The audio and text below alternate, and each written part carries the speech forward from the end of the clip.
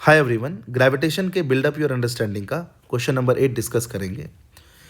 इस क्वेश्चन में एक बाइनरी स्टार सिस्टम है। मान लीजिए कि दो स्टार से बना हुआ एक सिस्टम है जिसको हम बाइनरी स्टार सिस्टम कहते हैं। उसका मास m1 और m2 है। उनके बीच का सेपरेशन भी मैंने l मान लिया है। तो इस बाइनरी स्टार सिस्टम को ऑब्जर्व करने के लिए एक स्पेस शिप को भेजा गया है और उसको ऐसे ऑर्बिट में सेट किया गया है so that it always remains collinear with m1 and m2। यानी वो हमेशा m1 और m2 के लाइन में ही रहे, उसको ऐसे ऑर्बिट में सेट किया गया है और वो ऐसे जगह पे है कि उसका m1 और m2 से जो डिस्टेंस है वो r1 r2 है। तो जो स्पेसशिप का डिस्टेंस r1 है जिस स्टार से, उस मास को मैंने m1 लिख लिया है और r2 जिस स्टार से डिस्टेंस है उसको मैंने m2 लिख लिया है। तो हमसे पूछा गया कि what is the ratio of masses so that this spaceship remains collinear with the binary star system। तो R1 और R2 जिस ऑर्डर में दिया हो ना, R1 और R2, उसी ऑर्डर में मैंने सोचा मास का रेशियो भी पूछा गया होगा। तो मैं R1 दूरी ले लिया M1 मास से और R2 दूरी ले लिया मैंने M2 मास से। समझ गए बात को? तो ये हमें M1 बाई M2 कैलकुलेट करना है, ये मानकर कि जो स्पेसशिप है वो हमेशा कोलिनियर रहना चाहिए स्टार सिस्टम के साथ। और ये भी पूछा गया कि is this orbit a stable one, orbit stable है कि नहीं, ये भी हमें चेक करना है। तो बाइनरी स्टार सिस्टम में हम सब जानते हैं कि अगर ये बाइनरी स्टार सिस्टम है, स्टेबल कॉन्फ़िगरेशन है, तो दोनों के बीच का जो रिलेटिव सेपरेशन है वो चेंज नहीं होता है। तो इसका जो मोशन है दोनों स्टार्स का, उसको ऑब्जर्व करने के लिए जो अच्छा फ्रेम है वो है सेंटर ऑफ मास का फ्रेम। क्योंकि अगर आप सेंटर ऑफ मास पे बैठ गए तो सेंटर ऑफ मास रेस्ट में आ गया। तो सेंटर ऑफ मास के फ्रेम से ऑब्जर्व करने पर आपको ये दोनों स्टार्स सिर्फ रिवॉल्व करते हुए दिखेंगे with centre of mass at rest, क्योंकि you are observing the system from centre of mass frame itself. तो अगर आप देखेंगे तो यू विल नोटिस कि ये जो लाइन ज्वाइनिंग है वो लाइन ज्वाइनिंग ऐसा लगता है मानो कि इस पॉइंट पे हिंज्ड हो सेंटर ऑफ मास पे और ये लाइन रोटेट कर रहा हो। और अगर ऐसा होगा तो ऑब्वियसली m1 और m2 दोनों सेम ओमेगा से सेंटर ऑफ मास के अबाउट घूम रहा होगा। अब क्योंकि m1 का यहाँ से दूरी l1 है और m2 का दूरी l2 है, तो m1 l1 रेडियस में सर्कुलर मोशन करेगा और m2 जो है वो l2 रेडियस में रिवॉल्व करेगा। ठीक है, और ऑब्वियसली दोनों का ओमेगा सेम होगा। तो जिस ओमेगा से m1 चलेगा उसी ओमेगा से m2 चलेगा, तभी तो सेंटर ऑफ मास का पोजीशन फिक्स रहेगा। और सेंटर ऑफ मास का पोजीशन तो फिक्स रहना ही होगा क्योंकि हम सेंटर ऑफ मास के फ्रेम से ही ऑब्जर्व कर रहे हैं। यानी कि जिस ओमेगा से m1 घूम रहा है उसी ओमेगा से m2 घूम रहा है, यानी कि ये लाइन भी सेंटर ऑफ मास के अबाउट उसी ओमेगा से रोटेट कर रहा है। तो अगर हमारा स्पेसशिप इन दोनों स्टार्स के साथ कोलिनियर रहना चाहता है तो उसका मतलब ये है कि उसे हमें हमेशा इसी लाइन में रखना होगा। जहाँ जहाँ ये लाइन रोटेट कर करके जाएगा वहाँ वहाँ पर उस स्पेसशिप को आना पड़ेगा। That means the spaceship also has to maintain same omega about the centre of mass. ये बात क्लियर हो गया। तो बाइनरी स्टार सिस्टम का ओमेगा हम निकाल लेते हैं और स्पेसशिप का यहाँ से दूरी दिया हुआ है r1, यहाँ से दूरी दिया हुआ है r2। तो इस पे जो नेट ग्रेविटेशनल फोर्स लग रहा होगा m1 और m2 के वजह से, वही इसको रिक्वायर्ड सेंट्रीपिटल फोर्स दे रहा होगा इस ऑर्बिटल रेडियस में घूमने के लिए, है ना। और ये रेडियस कितना होगा वो हम आगे निकाल लेंगे। सबसे पहले हम निकालते हैं omega of the stars, that is m1 and m2। तो मान लीजिए मैं m2 पर ही कंसिडर कर लेता हूँ। तो m2 पे जो ग्रेविटेशनल फोर्स है that is Gm1 m2 by l square, separation मैंने l माना है। और ये जो l है ना, ये r1 प्लस r2 हो जाएगा क्योंकि स्पेसशिप का m1 से दूरी है r1 और m2 से दूरी है r2। ध्यान रखना कहीं मैं स्पेसशिप को सैटेलाइट ना बोल दिया हूँ, मैं स्पेसशिप की बात कर रहा हूँ। अब उसको आप कुछ भी टर्म कर दीजिए, कोई भी ऑब्जेक्ट है which is observing the two stars, spaceship ही है ऑब्वियसली। तो m1 पे फोर्स लिख दिया ग्रेविटेशनल फोर्स, किसके वजह से, m2 पे लिखा, m2 पे मान लो लिखा m1 की वजह से। मैं m2 को ही देख लेता हूँ। You can observe M1 as well, कोई दिक्कत नहीं है। तो M2 पे फोर्स है Gm1 M2 by L square gravitational force. अच्छा, M2 पे इसके वजह से भी होगा फोर्स, लेकिन ये मास बहुत छोटा है, तो इसके वजह से जो M2 पे फोर्स होगा उसको हम काउंट करेंगे तो बहुत ही कॉम्प्लेक्स हो जाएगा, ज़रूरत है नहीं। तो this force is the required centripetal force. जो ग्रेविटेशनल फोर्स है वही तो सेंट्रीपिटल फोर्स देगा।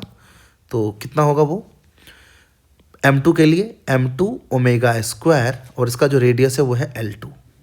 अच्छा, L2 आप निकाल सकते हैं। सेंटर ऑफ मास का M2 से कितना दूरी होगा? जिसने सेंटर ऑफ मास पढ़ा है उस सबको तो ये बहुत ही बेसिक लगेगा। L2 इज़ M1L बाई, मतलब M2 से दूरी निकालना है तो M1 लिखते हैं, M1L by M1 plus M2, और L1 लिखना चाहे तो वो भी लिख लेते हैं M2L by M1 plus M2। तो मैंने M2 पे फोर्स लिखा, gravitational force equal to M2 omega square L2, और L2 को यहाँ पुट कर दीजिए। L2 का वैल्यू बस यहाँ पे आप पुट कर दीजिए, ये आपको करना चाहिए। यू विल गेट ओमेगा, मैं डायरेक्टली लिख रहा हूँ, under root of G M1 plus M2 upon L cube, ये हमारा आएगा ओमेगा। मतलब स्पेस शिप को भी इसी ओमेगा से घूमना है। और स्पेस शिप पे फोर्स कौन कौन लगा रहा है? M1 और M2। तो स्पेस शिप हमारा जो है वो M1 से कितना दूर है, एक बार फिर से डायग्राम बनाते हैं स्पेस शिप के मोशन को एनालाइज करने के लिए। M1 और M2 मैं लिख लिख के इसीलिए सॉल्व कर रहा हूँ, सो दैट आपको रियल टाइम में समझ आए और फील आए कि कैसे सॉल्व किया जा सकता है, सोचा जा सकता है लाइव, है ना। ऐसा कुछ नहीं है कि मैं इस क्वेश्चन का सॉल्यूशन रेडी करके रखता हूँ और तब करता हूँ। हाँ, ऑब्वियसली एक बार देख लेता हूँ, क्योंकि इन बिटवीन द क्वेश्चन अगर कहीं स्टक कर जाऊँगा तो टाइम बर्बाद होगा। लेकिन मैं कोशिश ये करता हूँ कि लाइव सॉल्व करूँ, ताकि you should get an idea कि कैसे आपको भी सोचना है। मैं कोई ऐसा रटा रटाया मेथड से नहीं कर रहा हूँ, इसको सोच सोच के ही कर रहा हूँ, क्योंकि मुझे ऐसे भी कुछ याद रहता नहीं है। और as a physics teacher I don't think I should remember things. मैं जो बेसिक चीज़ें हैं, फंडामेंटल चीज़ें हैं, उसको याद रखता हूँ, बाकी चीज़ मैं रियल टाइम में ही सोचना सही समझता हूँ। तो M1 और M2 ये सेंटर ऑफ मास, और यहाँ पे हमारा स्पेसशिप। स्पेसशिप का यहाँ से दूरी है R1 और यहाँ से दूरी है R2, तो इसको भी सेंटर ऑफ मास के अबाउट घूमना है। तो किस रेडियस में घूमना होगा इसे? इस वाले रेडियस में। ये R रेडियस कैसे निकालेंगे, है ना। तो आप एक काम कर सकते हैं, आपको सेंटर ऑफ मास का M1 से दूरी ये L1 पता है, तो R is basically R1 minus L1, यानी R1 माइनस L1 कितना था? M2L by M1 plus M2, M2L by M1 plus M2। अरे इस L को R1 प्लस R2 लिख दो ना, आप R1 प्लस R2 लिख दो, तो क्या आएगा ये M1 R1 plus M2 R1, और ये माइनस M2 R1 कट जाएगा, तो you will gate M1 R1 minus M2 R2 by M1 plus M2। एक और बात बताऊं, आप डायरेक्टली भी लिख सकते थे। अगर इस डायरेक्शन को आप पॉजिटिव मान लें तो यहाँ से यहाँ ओरिजिन मानकर सेंटर ऑफ मास का दूरी यहाँ से निकाल लो, इन दोनों मास के सेंटर ऑफ मास का दूरी। तो यहाँ से M1 है R1 दूरी पर और M2 है R2 दूरी पर, तो इधर पॉजिटिव मान लो, इधर नेगेटिव मान लो, तो क्या निकालते हैं? RCOM कैसे निकलते हैं? M1 R1 plus M2 R2 by M1 plus R2। अब ये इधर था तो पॉजिटिव, इधर है तो नेगेटिव, तो minus R2 by M1 plus M2 कर दो, तो you will get the same result. Anyway, चलिए ये आप कैसे भी निकाल लीजिए, R आ गया। तो इसी रेडियस में तो इस स्पेसशिप को घूमना है। और स्पेसशिप पे फोर्सेस क्या है? स्पेसशिप पे M1 के वजह से जो ग्रेविटेशनल फोर्स है वो है G, इसका मास M मान लो अभी लिखने के लिए, Gm M1 by R1 square, और M2 जो अट्रैक्ट करेगा इसे कितने फोर्स से? Gm M2 by R2 square. तो ऑब्वियसली इसका जो सेंटर है वो इधर है, तो ये फोर्स बड़ा होगा इससे, और नेट फोर्स हम लिखेंगे Gm को कॉमन ले लीजिए, M1 by R1 square minus M2 by R2 square. ये नेट फोर्स है टुवर्ड्स द सेंटर, है ना, मतलब सेंटर तो सेंटर ऑफ मास पे ही है ना, नेट फोर्स। और this will be M of the spaceship omega square. ध्यान से देखो भाई, मैं कभी कभी इस हो सकता है इसको सैटेलाइट भी बोल दिया हूँ, ऐसा हो सकता है, बोलते वक्त ध्यान नहीं रहता मुझे कई बार, सो इग्नोर दैट मिस्टेक। तो M ओमेगा स्क्वायर, और ये दूरी हमारा कितना है? R है, तो M ओमेगा स्क्वायर R, ठीक है। ये M और M कट गया, G एक दो स्टेप और लिखता हूँ, बाकी आप खुद करेंगे, minus M2 by R2 square. Omega square आप यहाँ से लिख दीजिए, ओमेगा स्क्वायर करेंगे तो रूट हट जाएगा and this will become GM1 plus M2 by L cube. L क्या था? R1 plus R2। मैं क्यों लिख रहा हूँ? आंसर मैच करना है, आंसर मुझे याद है तो ये है GM by R1 plus R2 cube, आ गया ये M तो कटे गया था, इंटू R। तो दिस इज कैंसल्ड। और R क्या होगा? R भी निकाल लिया ना मैंने, R भी तो पुट कर दो यहाँ, R पुट कर दो। ये क्या है? M1 R1 minus M2 R2 by M1 plus M2। आप जब मैं सॉल्व करता हूँ ना, आप नोटिस करेंगे मुझे याद कुछ भी नहीं रहता, मैं रियल टाइम में ही करता हूँ, भले पहले से सॉल्व किया भी हो कोई सवाल तब भी। और आपको भी यही करना चाहिए, कुछ रटना नहीं चाहिए। सॉल्यूशन रट के क्या करेंगे? कोई भी क्वेश्चन रिपीट नहीं होने वाला एग्जाम में। M1 R1 square minus M2 R1 square, M1 R2 square minus M2 R1 square by, अच्छा चलो यहीं पे एक काम करो ना, हमें M1 बाई M2 निकालना है, तो मान लीजिए let x is equal to M1 by M2। तो क्या करिए, दोनों साइड M2 से डिवाइड कर दीजिए। तो इसको M2 से डिवाइड करोगे तो x बन जाएगा, divide by R1 square, minus इसको डिवाइड करोगे तो ये 1 हो जाएगा, तो 1 बाई R2 स्क्वायर आ गया ये। और यहाँ पे डिवाइड करिएगा तो x बन जाएगा ये, तो x R1 अपॉन, ये नीचे पूरा लिख दो, R1 प्लस R2 का क्यूब, माइनस यहाँ पे M2 से डिवाइड कर दो, M2 बाई M2 हो जाएगा 1, यहाँ बचेगा R2 by R1 plus R2 का क्यूब। तो अब जो आप सॉल्व करेंगे इसको, तो x इधर ही रहने दो, है ना, और ठीक है, इसको इधर लाते हैं, उसको उधर ले जाते हैं, तो ये बचेगा 1 by R1 square minus R1 by R1 plus R2 का क्यूब, और ये चीज़ उधर जाके ये प्लस हो जाएगा, this will be 1 upon R2 square minus R2 by R1 plus R2 का क्यूब। ध्यान से देखिए, ये यहाँ आएगा और ये यहाँ आ जाएगा, तो this cube minus this cube, और नीचे बचेगा R2 square R1 plus R2 का क्यूब। यहाँ पे ये इधर आएगा, ये इधर आएगा, तो ये R1 क्यूब हो जाएगा, ये R1 प्लस R2 क्यूब हो जाएगा, और ये कट जाएगा, तो क्या आएगा? ये x। चलो अब आप मैच कर लेना, आंसर यही होना चाहिए, R1 बाई R2 का स्क्वायर, और ये वाला चीज़ डिनोमिनेटर में रहेगा, ये नोमिनेटर में क्या आएगा? दिस माइनस दिस, ठीक है। ये हमारा आएगा R1 प्लस R2 का क्यूब माइनस R2 का क्यूब डिवाइडेड बाई, ये आएगा R1 प्लस R2 का क्यूब माइनस R1 का cube. So this is the required ratio, ये हमारा आंसर है। और क्या ये ऑर्बिट स्टेबल है? चलो ये भी चेक करते हैं स्टेबल है कि नहीं। ये स्टेबल नहीं है। क्यों स्टेबल नहीं है? अब ये मुझे याद है ना, ऐसे सवाल मैंने किए हुए हैं पहले भी। तो स्टेबल ये कभी नहीं हो सकता। आपने ऐसे भी देखा होगा कि दो मास है M1 और M2, और मान लीजिए किसी पॉइंट पे कोई अगर रुका हुआ है, यानी वो इक्विलिब्रियम में है, तो उसको जिस तरफ आप शिफ्ट करेंगे उसी तरफ ज़्यादा अट्रैक्शन हो जाएगा, यानी वो उसी तरफ चला जाएगा, तो वो स्टेबल नहीं होगा। अब यहाँ पे बात थोड़ा अलग है, ये घूम रहा है, तो जो घूम रहा है तो यहाँ पे नेट फोर्स तो जीरो नहीं है दोनों का मिलाकर। Obviously there is a net force towards the centre of mass, that is why it is able to revolve around the centre of mass. लेकिन सोचिए अगर मैं इसको इधर शिफ्ट करता हूँ तो इसके वजह से फोर्स बढ़ जाएगा और इसके वजह से फोर्स और कम हो जाएगा। वैसे भी इसका फोर्स जो था वो अपोज कर रहा था, तो जब इस स्पेसशिप को आप इधर शिफ्ट करेंगे, मान लेते हैं एट मतलब स्मॉलर डिस्टेंस विद M1, तो इधर शिफ्ट करेंगे तो इसका फोर्स उस पर बढ़ जाएगा और इसका फोर्स और घट जाएगा, यानी force toward the centre will increase.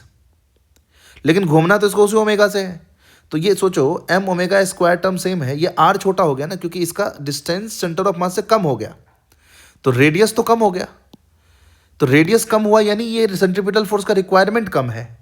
लेकिन इधर शिफ्ट होने से जो फोर्स है वो टुवर्ड्स द सेंटर ज़्यादा हो गया, तो क्या वो स्टेबल रहकर घूम पाएगा? नहीं घूम पाएगा। इसका मतलब ये जो ऑर्बिट है वो स्टेबल है नहीं है। इधर या इधर थोड़ा शिफ्ट कर देंगे तो ये घूम नहीं पाएगा, मतलब ये कोलिनियर नहीं रह पाएगा, इसका मोशन ऐसा नहीं हो पाएगा।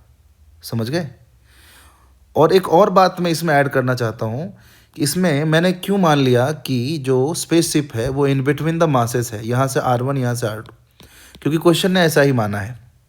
इट इज़ नॉट ट्रू कि मतलब it is not needed that spaceship always should be in between the masses. ये बाहर भी हो सकता है, स्पेसशिप बाहर भी हो सकता है।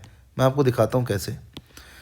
अगर मान लीजिए कि ये जो स्पेसशिप है, अगर मैं यहाँ मान लूँ बाहर, इस लाइन ज्वाइनिंग के बाहर मतलब इस लाइन ज्वाइनिंग में ही मान लो M2 के बाहर मान लूँ, ये स्पेसशिप को M2 के बाहर मान लूँ, और मान लो ये दूरी है R1, ये दूरी है R2, तो आपको R1 और R2 इस तरीके से चूज करना होगा ताकि यहाँ पर भी इसके रहने पर इस पर जो net force towards the centre of मास हो, वो मतलब सेंटर ऑफ मास मतलब सेंटर ऑफ द सर्कल जो हो, वो इसको जो नेट ग्रेविटेशनल फोर्स हो वो रिक्वायर्ड सेंट्रीपिटल फोर्स दे पाए।